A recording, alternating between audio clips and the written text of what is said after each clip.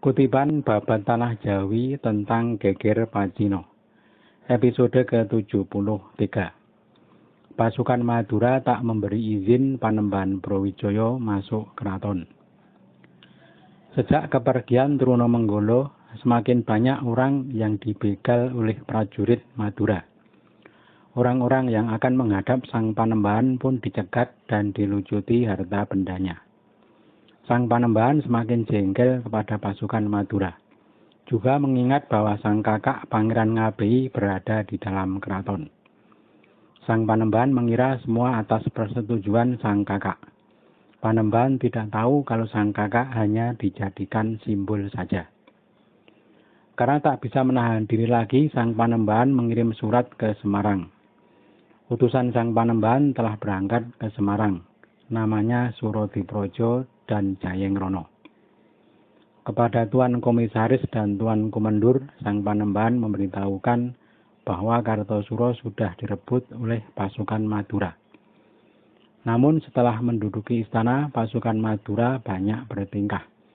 Sang Panembahan tidak boleh masuk istana dan terpaksa berhenti di Kasurobratan.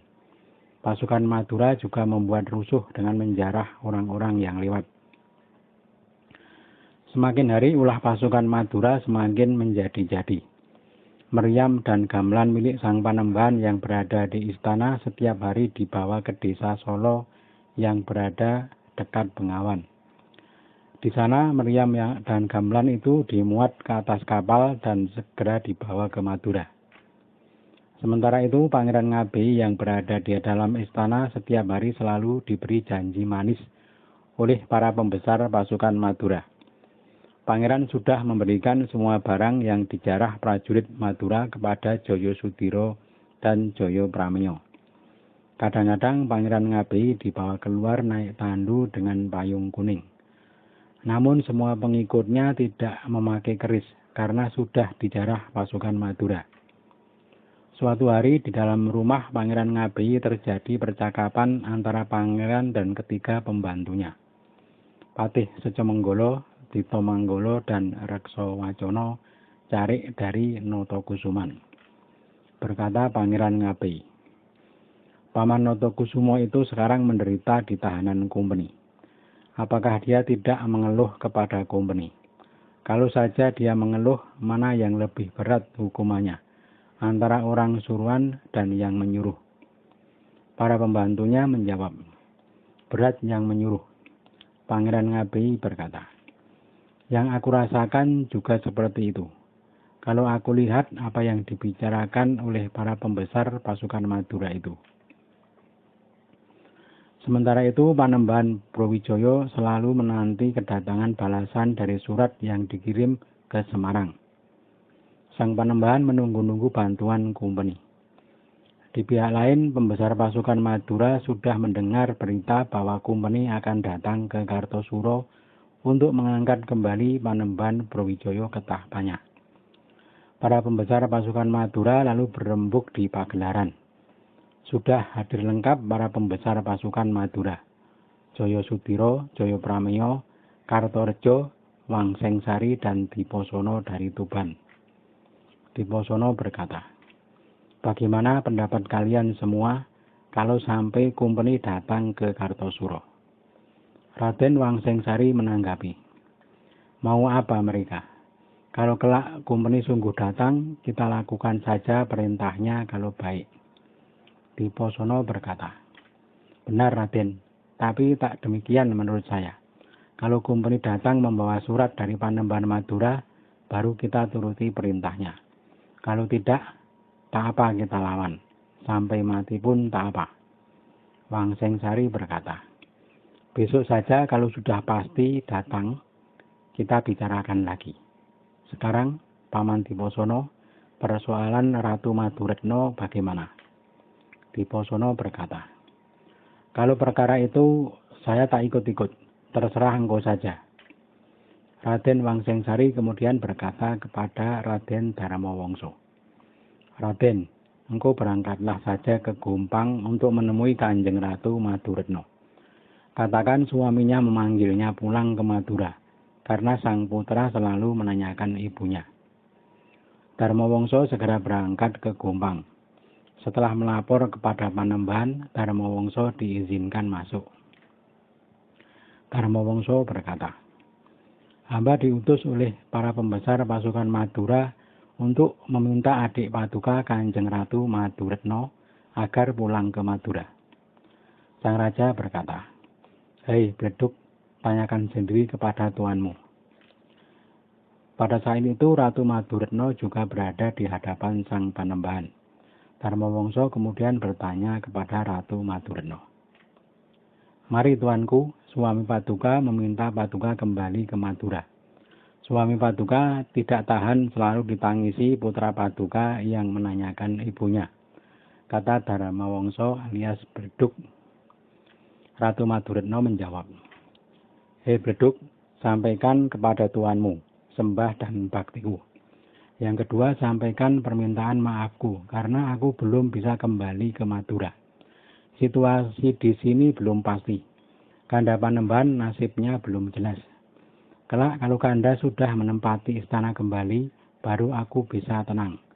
Silahkan kalau akan menjemputku." Dharmawangsa menyembah lalu segera mohon diri. Sesampai di keraton, Dharmawangsa menemui Raden Wangsengsari. Semua titah Panembahan dan pesan Ratu Maduretno telah disampaikan. Para pembesar Madura merasa bahwa tugasnya membawa Ratu Maduretno pulang tampaknya takkan berhasil. Sementara itu, utusan Panembahan yang berangkat ke Semarang sudah sampai. Tuan Kumendur dan Tuan Komisaris sudah membaca surat dan memahami maksud Panembahan. Kedua pembesar kumpeni itu sangat gembira. Isi suratnya berisi pemberitahuan bahwa pasukan Madura berkelakuan buruk selama berada di Keraton Kartosuro. Tuan Komisaris dan Tuan Kumendur segera menyiapkan pasukan kumpeni kulit putih dan kumpeni Islam. Panglima pasukan kumpeni adalah Kapten Hohendorp dibantu Letnan Mukidin dan Letnan Dulkarim, serta Alperes Bakudin. Para komandan kumpeni Islam adalah Daeng Mabelah, Kapitan Taempak, Kapitan Barak, Kapitan Layar, Kapitan Semangun, Kapitan Cokrojoyo, Kapitan Katewel, Kapitan Panjang, dan Kapitan Buang. Para punggawa Kartosuro yang berada di Semarang juga ikut serta dibawa ke Kartosuro, yakni Tumenggung Tirtowiguno, Kyai Surodipuro, dan Tumenggung Wiryo Diningrat. Para kerabat dari Kartosuro juga ingin ikut pulang ke Kartosuro, seperti Pangeran Mangkubumi, Pangeran Silarong, Pangeran Ronggo, dan Pangeran Prangwadono. Namun Tuan Kumendur tidak mengizinkan. Berkata Tuan Kumendur, "Pangeran, kalian dan para punggawa lainnya besok saja pulang ke Kartosuro bersama saya. Kalau sekarang kalian memaksa pulang, saya tak sampai hati, karena kakak kalian belum masuk ke dalam istana. Artinya belum menjadi raja kembali di Kartosuro. Kelak kalau sang raja Pakubuwono telah kembali bertakhta, kalian bisa pulang bersamaku. Janganlah kalian bersedih hati." Pasukan Kumendur telah bersiap berangkat. Kumendur turut menyertai sampai di Ungaran. Di Ungaran pasukan bermalam untuk istirahat. Paginya kemudian melanjutkan perjalanan. Tuan Kumendur dalam hati merasa sangat malu karena bantuan datang setelah Kartosuro berhasil direbut pasukan Madura. Pikiran Kumendur serba tak enak. Maka ketika sampai di Solotigo, Kumendur menyuruh Totlemonde untuk memimpin pasukan ke Gompang. Kepergian Totlemonde didampingi Ngabei Sindupati dan Ngabei Surawiguno. Ketika sampai di Gompang, Ngabei Surawiguno diperintah Sang Panembahan untuk mencari istri Kapten Hohendorp. Setelah dicari ternyata ditemukan di pondok pasukan Madura dan disembunyikan di kolong tempat tidur. Oleh Surawiguno kemudian dibawa menghadap Sang Panembahan.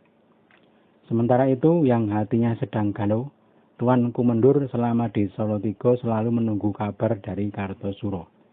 Tidak lama datang utusan Sang Panembahan yang bernama Wongsonagara. Kedatangan utusan membawa surat untuk diserahkan kepada Tuan Kumendur.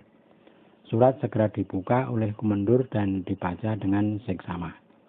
Isi surat berupa permintaan agar pasukan kompeni segera diberangkatkan ke Kartosuro. Juga disebutkan bahwa Panembahan sudah tak tahan lagi melihat ulah pasukan Madura yang keterlaluan. Si Joyo Sudiro sangat angkuh dan kurang ajar. Bantal Ratu Ibu diacak-acak. Juga Kanda Pangeran Ngabei yang berada di istana berlagak seolah raja betulan. Berani memberi perintah kepada bekas mantri Sang Panembahan. Panembahan sudah tak tahan lagi. Karena segeralah pasukan kompeni didatangkan ke Kartosuro. Aku ingin segera mengusir pasukan Madura yang telah menjarah seisi istana. Gamelan dan meriam sudah diangkut. Juga mereka berani memboyong para putri. Demikian isi surat dari Panembahan Brawijaya. Tuan Kumendur sangat gembira karena masih ada peluang untuk membantu Panembahan. Segenap pasukan kompeni segera disiapkan untuk berangkat ke Kartosuro.